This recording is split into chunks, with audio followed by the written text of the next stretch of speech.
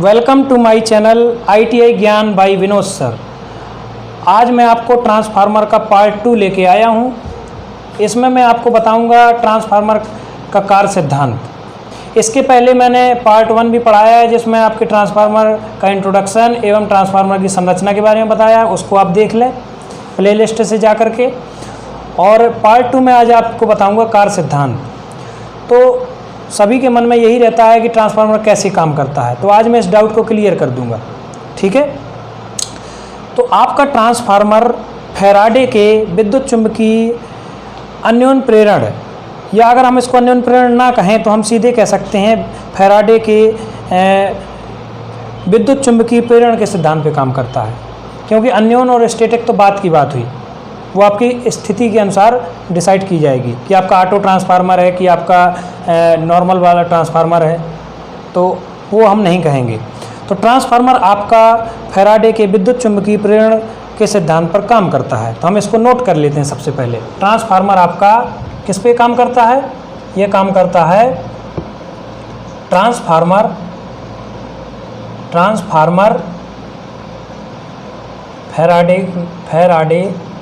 Faraday के वैज्ञानिक हुए हैं। फैराडे के विद्युत चुंबकीय प्रेरण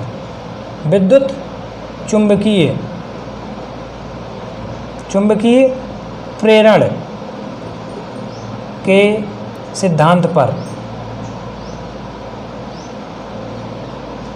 कार्य करता है। ये पेपर में आ जाता है, 1 नंबर का पेपर पूछ लिया था, 1 नंबर का क्वेश्चन पूछ लिया था, बताइए किस नियम पे काम करता है, तो आपको सीधे कहना है फैराडे के विद्युत चुंबकीय प्रेरण के सिद्धांत पे काम करता है।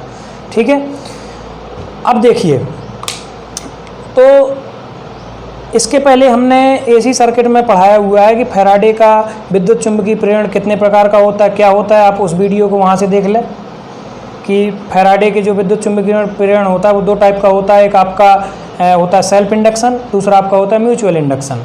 तो उसको आप वहाँ से देख लें, प्लेलिस्ट पे सर्च करें AC सर्किट और वहाँ से आपको मिल जाएगा।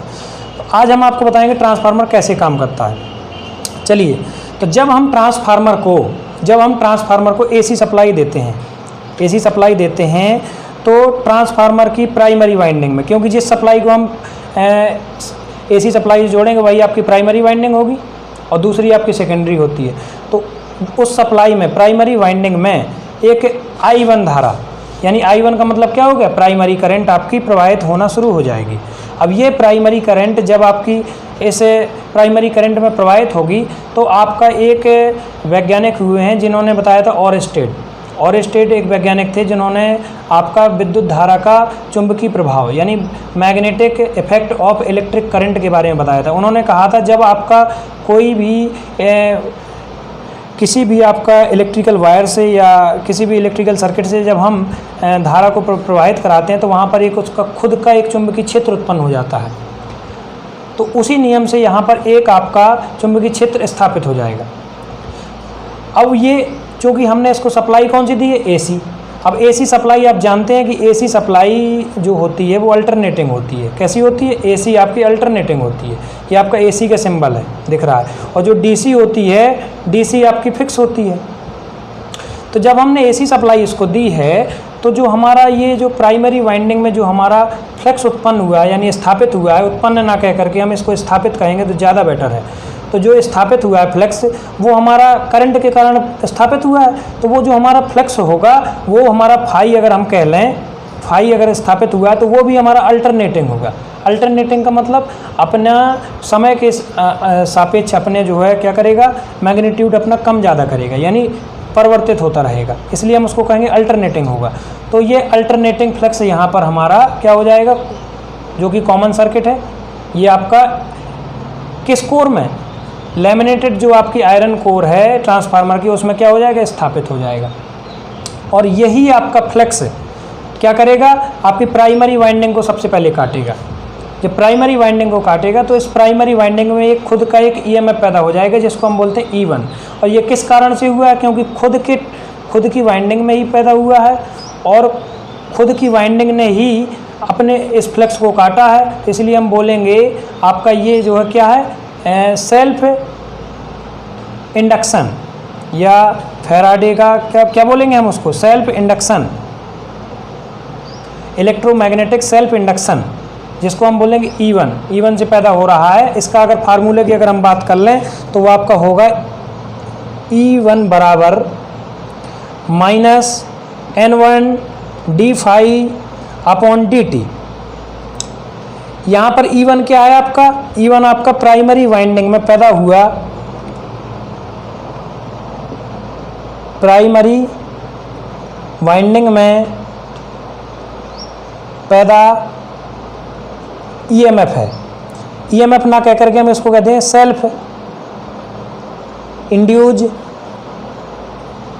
EMF, यानी ये सेल्फ इंड्यूज EMF है प्राइमरी में, ठीक है। और हमारा जो यही है फ्लक्स, क्योंकि ये देखिए ये कॉमन फ्लक्स है, हमने देखा है ना कॉमन मैग्नेटिक सर्किट होता है। पेपर में पूछ लिया जाता है कि बताइए क्या प्राइमरी से सेकेंडरी में हमारा फ्लक्स बदलता है, तो नहीं बदलता है, कॉमन रहता है, सेम रहता है। तो यही आपका फ्लक्स है, ये जो प्राइमरी के कारण जो पैदा हुआ था वही फ्लक्स आपका सेकेंडरी वाइंडिंग को भी काटेगा। क्यों काटेगा, क्योंकि ये आपका अल्टरनेट है, घूम रहा है, यानी परिवर्तित हो रहा है। जब परिवर्तित हो रहा है तो वो काटेगा, और जब वहाँ पर काटेगा तो आपका फैराडे का नियम लगेगा। क्योंकि फैराडे ने जब बताया था कि जब हमारा किसी चुंबकीय क्षेत्र में चाहे हम चालक को घुमाएं तो एक दूसरे के प्रति क्या होती है, सापेक्ष क्रिया होती है, यानी वो एक दूसरे को काटते हैं।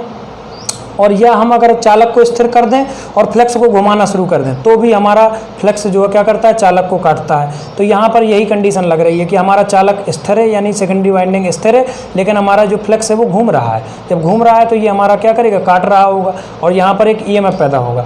लेकिन ये जो EMF होगा, ध्यान देने वाली बात है, ये सेल्फ नहीं होगा। क्यों नहीं होगा, ये खुद के कारण नहीं, क्योंकि ये जो फ्लक्स आया था ये प्राइमरी से पैदा हुआ था, लेकिन सेकेंडरी में जाके काट रहा है और सेकेंडरी में पैदा हो रहा है। इसलिए इसको हम बोलेंगे पारस्परिक विद्युत चुंबकीय प्रेरण या अन्योन प्रेरण, या इसको हम बोलते हैं म्यूचुअल इंडक्शन। क्या बोलते हैं, जो हमारा E2 है ये हमारा म्यूचुअल इंडक्शन है। तो हम यहीं लिख देंगे कि जो हमारा जो सेकेंडरी में जो पैदा हो रहा है, जो हमारा सेकेंडरी वाइंडिंग में जो हमारा पैदा हो रहा है, क्या पैदा हो रहा है, पैदा म्यूचुअल इंड्यूज EMF, इसको हम बोलेंगे E2। इसका आपका फार्मूला क्या होगा, वही होगा -N2 d∅/dt। बस यहाँ पर ये जो N1 N2 है ये आपका प्राइमरी टर्नों की संख्या है वाइंडिंग में, और ये N2 आपका क्या है, सेकेंडरी वाइंडिंग में टर्नों की संख्या है। E2 क्या है आपका, सेकेंडरी वाइंडिंग में पैदा हुआ म्यूचुअल इंड्यूज EMF है, और E1 क्या है, प्राइमरी में पैदा हुआ आपका सेल्फ इंड्यूज EMF है। याद रखना ये सेल्फ इंड्यूज है, ये आपका म्यूचुअल इंड्यूज है, ये आपका सेल्फ इंड्यूज है, ये आपका म्यूचुअल इंड्यूज है। ये समझ में आ गया होगा आपको। अब हम इसको शॉर्ट में समझाते हैं, शॉर्ट में समझिए इसको, संक्षिप्त में इसको हम क्या करते हैं, इसको समराइज कर रहे हैं, ट्रांसफार्मर कैसे काम करता है। तो जब हम ट्रांसफार्मर की प्राइमरी वाइंडिंग को AC सप्लाई से जोड़ते हैं तो प्राइमरी वाइंडिंग में एक प्राइमरी करंट पैदा होती है, और प्राइमरी करंट क्या होती है, प्राइमरी वाइंडिंग में प्रवाहित होती है, जिससे प्राइमरी वाइंडिंग में एक चुंबकीय क्षेत्र स्थापित हो जाता है। और वह चुंबकीय क्षेत्र चूँकि AC सप्लाई के द्वारा मतलब पैदा हुआ है, यानी इसकी जो AC सप्लाई का जो नेचर था वो आपका अल्टरनेटिव है, इसलिए जो पैदा होने वाला आपका फ्लक्स होगा वो भी परिवर्तित होगा, यानी घूर्णी होगा, घूर्णी नहीं होगा आपका, क्या होगा, अल्टरनेटिव होगा। घूर्णी अलग चीज़ है, घूर्णी का मतलब जब 2 फेज आएंगे तब आपका रोटेटिंग माना जाता है, लेकिन यहाँ पर आपका अल्टरनेटिंग का मतलब अपनी मैग्नीट्यूड को कम ज़्यादा कर रहा है समय के सापेक्ष। अगर हम टाइम मान लें, इसको अगर फाई मान लें तो समय के सापेक्ष ये कम ज़्यादा करेगा, इसलिए हम इसको बोलेंगे अल्टरनेटिव फ्लक्स है, क्योंकि AC के कारण ये पैदा हुआ है। तो यही आपका फ्लक्स क्या करेगा, प्राइमरी वाइंडिंग को काटेगा, जिससे प्राइमरी वाइंडिंग में एक खुद का EMF पैदा होगा, जिसको हम बोलते हैं सेल्फ इंड्यूज EMF। इसका फार्मूला होता है -N d∅/dt। यहाँ पर माइनस फिगर आपका लेंज ला दिखाता है, जो कि आपका विरोध परिवर्तन यानी विरोध दिखा रहा है। और फिर क्या होगा, यही फ्लक्स आपका क्या होगा, सेकेंडरी वाइंडिंग से लिंक होगा, यानी जुड़ जाएगा, तो सेकेंडरी वाइंडिंग को भी क्या करेगा, काटेगा, तो सेकेंडरी वाइंडिंग में भी एक ईएमएफ पैदा होगा, और वह ईएमएफ जो होगा वो आपका क्या होगा, म्यूचुअल इंड्यूज ईएमएफ होगा, फैराडे का म्यूचुअल इंड्यूज ईएमएफ या आपका फैराडे का पारस्परिक चुंबकीय प्रेरण होगा, इसलिए हम इसको बोलते हैं म्यूचुअल इंड्यूज ईएमएफ, इसको हम बोलते हैं E2। अब यहाँ देखते होंगे आप, ये V2 सोच रहे होंगे V2 क्या है, तो V2 आपका लोड, अगर हम इसमें अगर कोई लोड लगा दें तो जो लोड में जो वोल्टेज मिलेगा उसको हम V2 बोलते हैं। इसी तरीके से यहाँ पर V1 क्या है, V1 आपका सप्लाई वोल्टेज है जो कि AC वोल्टेज है। तो आशा करता हूँ कि आपको ये समझ में आ गया होगा। कार्य सिद्धांत शॉर्ट है, बस इतना सा है, जब हम ट्रांसफार्मर को AC सप्लाई देते हैं तो ट्रांसफार्मर की प्राइमरी वाइंडिंग में आपकी प्राइमरी धारा पैदा होती है, वही प्राइमरी धारा क्या होती है, एक ट्रांसफार्मर की कोर में अल्टरनेटिव फ्लक्स उत्पन्न करा देती है या पैदा करा देती है, स्थापित करा देती है। वह फ्लक्स आपका क्या करता है, प्राइमरी जो टर्नों की संख्या यानी प्राइमरी वाइंडिंग को क्या करता है, काटता है, और काटने से वहाँ पर क्या होता है, खुद का ईएमएफ पैदा होता है जिसे हम बोलते हैं सेल्फ इंड्यूज ईएमएफ। और इसके बाद जब यही फ्लक्स आपका सेकेंडरी वाइंडिंग से जुड़ जाता है, लिंक हो जाता है, तो सेकेंडरी वाइंडिंग में भी एक ईएमएफ पैदा हो जाता है जिसको हम बोलते हैं म्यूचुअल इंडक्टेंस। म्यूचुअल इंडक्टेंस क्यों बोला, क्योंकि ये पास में रखी कॉइल के कारण जो फ्लक्स पैदा हुआ है उसके कारण ये इसमें जुड़ रहा है, इसलिए हम, और पास में रखी कॉइल के कारण इसमें एक ईएमएफ पैदा हो रहा है। कभी कभी पेपर में पूछ लिया जाता है कि बताइए प्राइमरी और सेकेंडरी वाइंडिंग में कोई इलेक्ट्रिकल कनेक्शन होता है ट्रांसफार्मर में, तो नहीं होता है। देखिए कोई इलेक्ट्रिकल कनेक्शन नहीं है, केवल कौन सा कनेक्शन है आपका, मैग्नेटिक कनेक्शन है। कौन सा कनेक्शन है, पेपर में ये पूछा जाता है कि बताइए प्राइमरी और सेकेंडरी वाइंडिंग क्या ट्रांसफार्मर की एक दूसरे से जुड़ी होती हैं, इलेक्ट्रिकल कनेक्शन होता है कहीं से, तो नहीं। कौन सा कनेक्शन होता है, मैग्नेटिक कनेक्शन होता है। ठीक है, तो इसी तरीके से मेरे चैनल को लाइक करें, सब्सक्राइब करें, और अगर कोई त्रुटि हो या कोई समझ में ना आ रहा हो, कोई ऑब्जेक्शन हो तो आप कमेंट बॉक्स पे डालिए। मेरे चैनल को सब्सक्राइब करें। Thank you. अगला जो आपका पार्ट होगा वो हमारा होगा पार्ट 3, जिसमें हम आपको बताएंगे ट्रांसफार्मर का ईएमएफ इक्वेशन। Thank you.